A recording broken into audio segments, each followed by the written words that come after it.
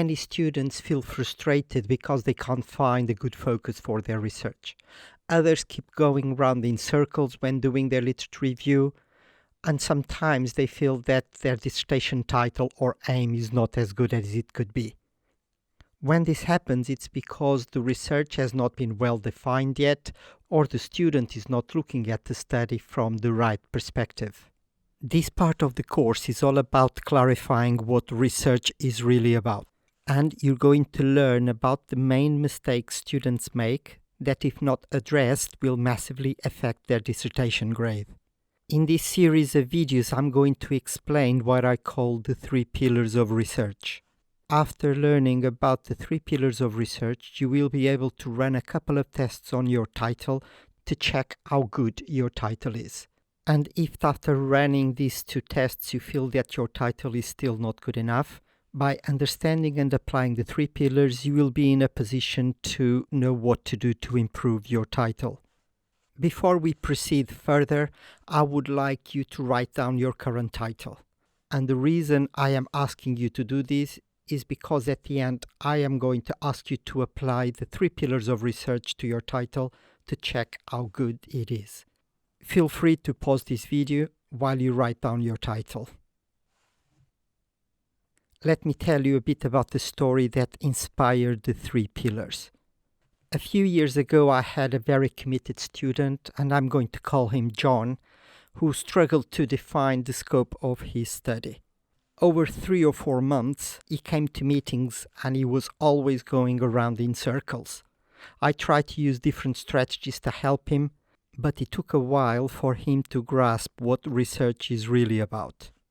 3 or 4 months in, he came to a meeting, sat down and told me, "I finally got it." He told me that his dissertation was going to be about customer engagement. When he told me that, I thought to myself, the title with which he struggled so much at the beginning was Social Media in Festivals. By shifting his focus from social media in festivals to customer engagement, he changed the entire course of his dissertation. And at the end of this series of videos, you will be able to draw your own conclusion about what was wrong with the initial title and why the last title is a much better dissertation title. I'm pleased to say that he still did really well and secured a top grade. Why did he manage to do that? Because when he finally realized what research was about, instead of going round in circles, he put all his efforts into focusing on the essence of the research. In his case, this was customer engagement. After this situation, I kept thinking about how could I help students to understand what research is really about. Obviously, as a supervisor, we can always tell the answer to the student, but that's not the right approach. A supervisor is there to guide the student and help him or her find the answer. I reviewed dissertations, papers. I even remember the conversation with one of my PhD supervisors. And soon after, I concluded that the research project has 3 pillars: process, content, and context. Good research results from the intersection between these 3 pillars. But as you will learn from this series of videos, 2 of these are what research is really about.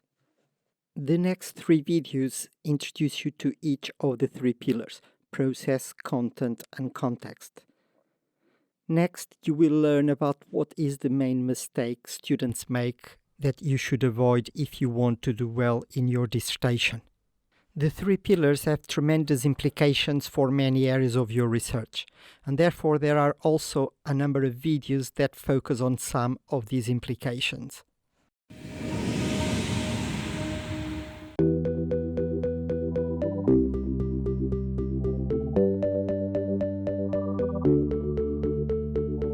The first pillar to be addressed is process. Process refers to the how and is the essence of the research project. There are 2 types of processes: generic and specific. Generic processes refer to the broadest element of your research. In social science, there are different generic processes, and in this video I'm going to refer to 3 of them: examining relationships between variables, how individuals perceive something, such as a behavior or an object, and studying actual behaviors. Let's look at some dissertation titles illustrative of these generic processes. Can you identify the variables that the students were examining in these first two titles? In the first case, the student was examining the relationship between constraints and specialization. More specifically, the student was attempting to examine the relationship between constraints to attend salsa dancing events across salsa dancing specialization levels. Can you identify the variables in the second example? The second example focuses on examining the relationship between one variable, conspicuous consumption, and three other variables, public self-consciousness, materialism, and self-esteem. In summary, both examples represent dissertations whose main focus was on examining the relationship between variables. With regards to perceptions, these examples are fairly straightforward, because the word perceived is actually in the title. In the first example, the student was researching the perceived advantages and disadvantages of cooperation, and in the second one, the student was researching perceptions about high-end car brands. With regards to actual behaviors, can you identify the behaviors that were the focus of these two dissertations? In the first one, the student looked at interactive practices, and more specifically, the customer-to-customer interactive practices. In the second one, the focus was on donation behavior. Specific processes complement the generic process.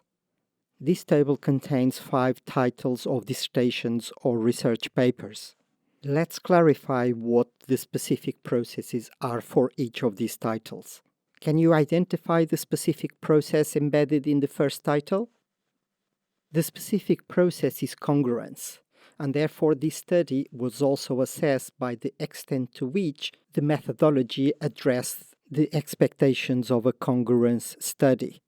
What about the second example? Can you identify the specific process? The specific process is actually effectiveness.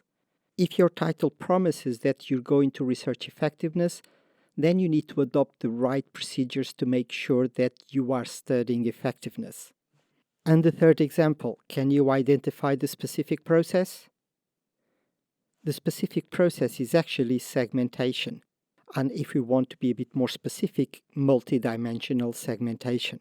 If this is in your promise, and your title is your promise, you're going to be assessed by the extent to which you apply appropriate segmentation procedures, including multidimensional segmentation procedures. The fourth example researched the influence of celebrity endorsement on consumer purchase decisions. Can you pick up what the specific process is in this title? The specific process is endorsement.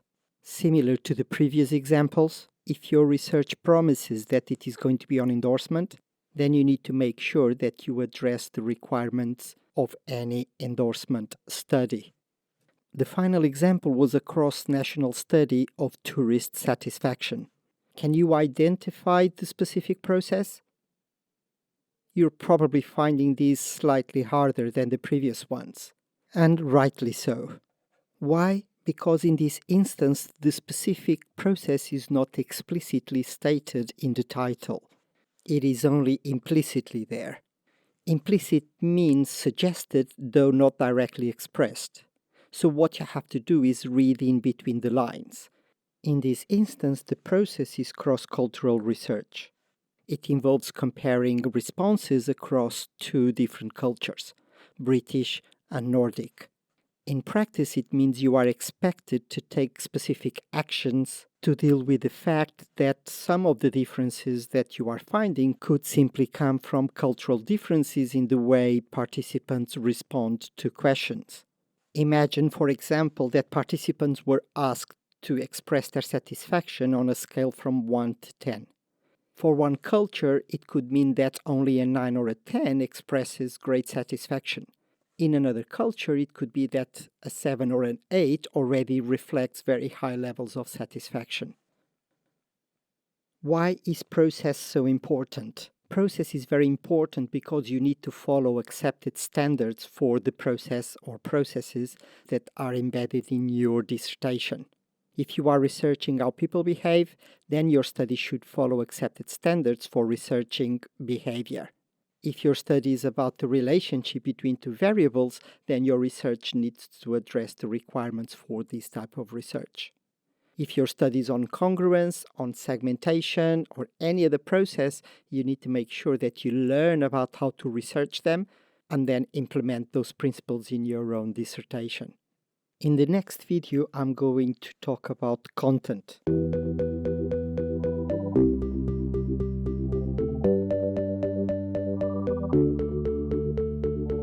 The second pillar is content. Content refers to the what in a research topic. None of the processes examined in the previous video clarify the what. What perceptions will be examined, what variables will be related, and what about the behavior will be researched. Titles in a dissertation or thesis can define content in two ways, at the model level and at the variable level. Time to look at a few examples to help you better understand what content is about. Many studies focus on applying or developing a specific model. In such cases, you can define the content pillar in the title using the name of the model. Defining the content pillar in the first example is pretty straightforward. Have you got it? It's the prestige motivation model. From here, it's also possible to identify the variable, which is prestige motivation. We can do this because the name of the model explicitly refers to the variable of interest. What about the second example? Can you identify the content elements? There are actually two content elements, one at the model level and the other at the variable level.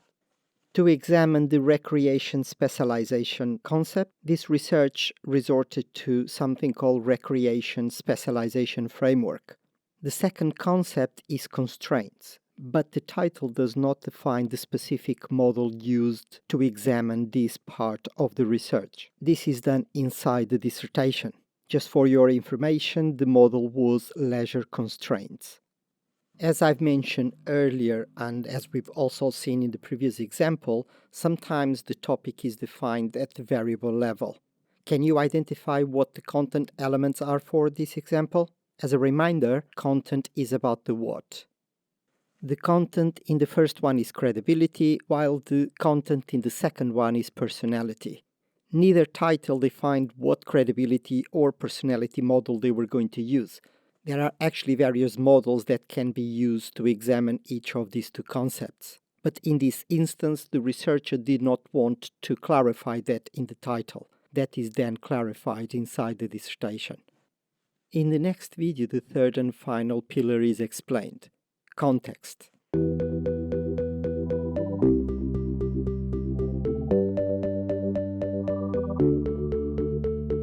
At the end of this video, you will be able to understand what context is about and what are the main areas of context. There are 6 main types of context that apply well to dissertations in the fields of business, marketing, advertising, tourism, hospitality, events, sport and leisure. I believe many of these also apply to dissertations in other fields. But if you are doing a dissertation outside these areas, there may be other ones that are not included in these 6 areas. So what are these 6 context areas? Context could be related to a group of individuals or segment, to an organization or a type of organizations, to a practice or behavior. It could be a technology, it could be a product or a product category, or it could be an object. Let's look at some examples of each of these types of context. Examples of a group of individuals or segment include air passengers, conference delegates, old age pensioners, or badminton players. Examples of an organization or type of organizations include craft beer producers, large hotel chains, search engine optimization companies, and football clubs. Examples of practices or behaviors include eating habits, selling practices, participant interaction, or art interpretation. Examples of technologies include social media, self-service kiosks, tablets, and digital cameras. Examples of products or product categories include hostels, sports cars, amusement parks, and cheese. The cheese example is an interesting one because it shows that sometimes we can be interested in a specific product of that category, in this instance mozzarella cheese. Finally, examples of objects include pictures, advertisements, documents, and venues or buildings. Any study is likely to have more than one context element. For example, you may want to focus on a segment buying a product or an organization using a technology. Let's look at some examples which show this. First of all, I would like you to pause the video and think about what context elements are present in each of these examples. The first 4 titles are examples that we already looked at, so we are now going to look at them from a context perspective. The title about the prestige motivation dissertation includes 2 context elements: middle-class individuals, which is a segment, and sports events, which is a product category. The dissertation on perceptions from a luxury perspective also includes 2 context elements in the title: students, which is a segment, and high-end car brands, which is a product category. The research on the advantages and disadvantages of cooperation includes 1 context element: wine and tourism businesses, which are types of organizations. Finally, the research on tourist satisfaction includes 2 context elements in the title: Gulf tourists, which is a segment, and Nordic versus British, which is also a segment. Let's look at 3 additional examples of dissertations that we've not looked at yet. Can you identify the context elements in these titles? If we start with the first one, we get 2 context elements: corporate event salespeople, which is a segment, and sales process, which is behavior. In the second example, we have also got 2 context elements: event pictures, which is an object, and Instagram, which is a technology. This final example also contains 2 context elements: live brand events, which is a product category, and online-only brands, which is a type of organization. Just because the title includes only 1 or 2 context elements, it doesn't mean there are not others that are important for the research. In the examples that we've just seen, the authors decided to include 1, most times 2 context elements. Bearing in mind that the title provides the main direction of the research, it should only contain the key elements of context. If there are other context elements that are considered less important, then they shouldn't be included in the title. They will be identified and clarified inside the dissertation. Now that you've learned about the 3 pillars of research, you are ready to find out what is the main mistake you should avoid. This is the focus of the next video.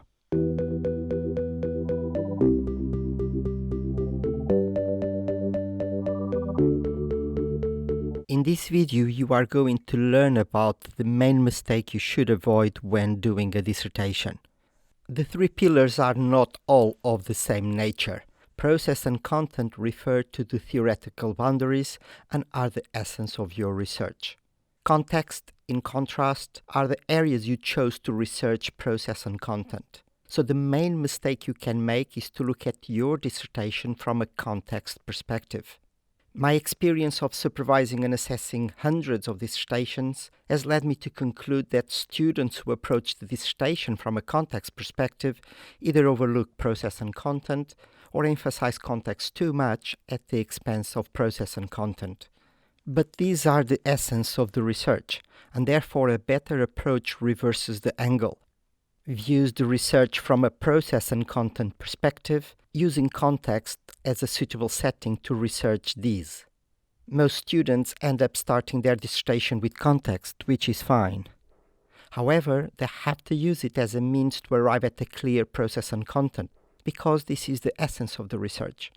A dissertation with no clear process and content will not be a good dissertation. In order to understand whether you have a good title or not, you can perform 2 tests. The first one identifies the process and content. This is what I call the pro-code test.